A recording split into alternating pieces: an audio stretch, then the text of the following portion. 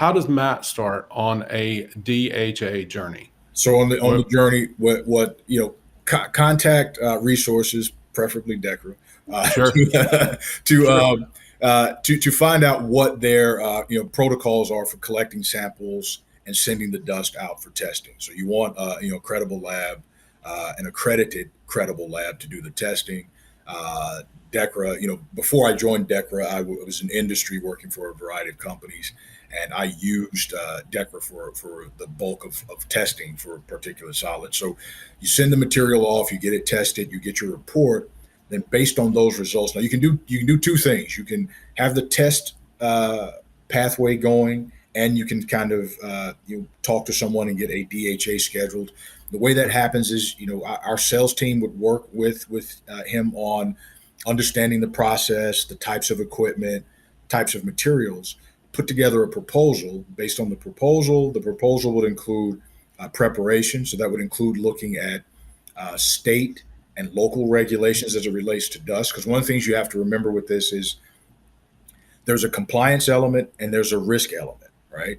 And the two are generally linked, but sometimes not. Sometimes from a regulatory standpoint, there could be more stringent requirements in a particular area. And sometimes those requirements are based on experiences, other people in the area that may have had an event. And based on that, the local authority said, I'm not going to allow anyone else to have more than 3 dust collection systems inside of a building. And again, they're perfectly within our right to do that. And that's usually justified based on some experience. So what we would do is we'd examine the regulatory impact. So that's looking at state, federal, local. Then we dig into the process itself, looking at actual risk. And there are instances where from a prescriptive standpoint, there are some requirements that you'd have to satisfy. But one of the things that we try to do is look at performance-based options. So you've got 2 pathways to correction. There's prescriptive, where you just look at the codes and standards and you follow them, to the letter.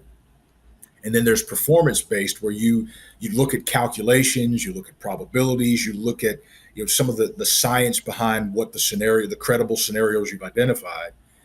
And if you can prove that there are risk mitigation methods that are safety equivalent, but not necessarily the exact things that are mentioned in the standard, you then go to your local authorities, your local firefighters, your fire marshals, maybe even your insurance company, because they are an authority having jurisdiction because they insure your operation. Right. And if you show them your analysis and everybody's on board with it, then you go down that performance-based path. Performance-based is usually more in terms of pricing. The upfront engineering and analysis is where the cost is, but sometimes that solution long-term is less over time.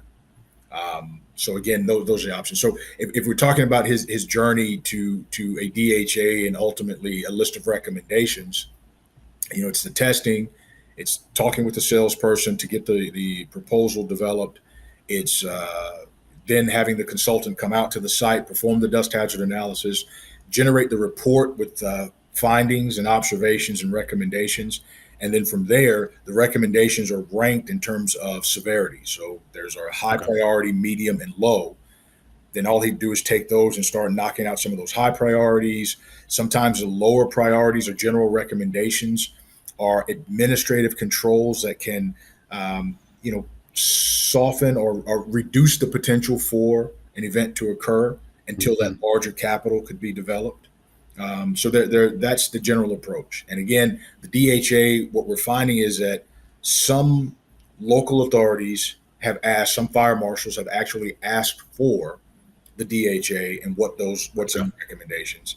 The regulatory communities, different things, different states. So the requirement to have a DHA completed was September 7th of 2020.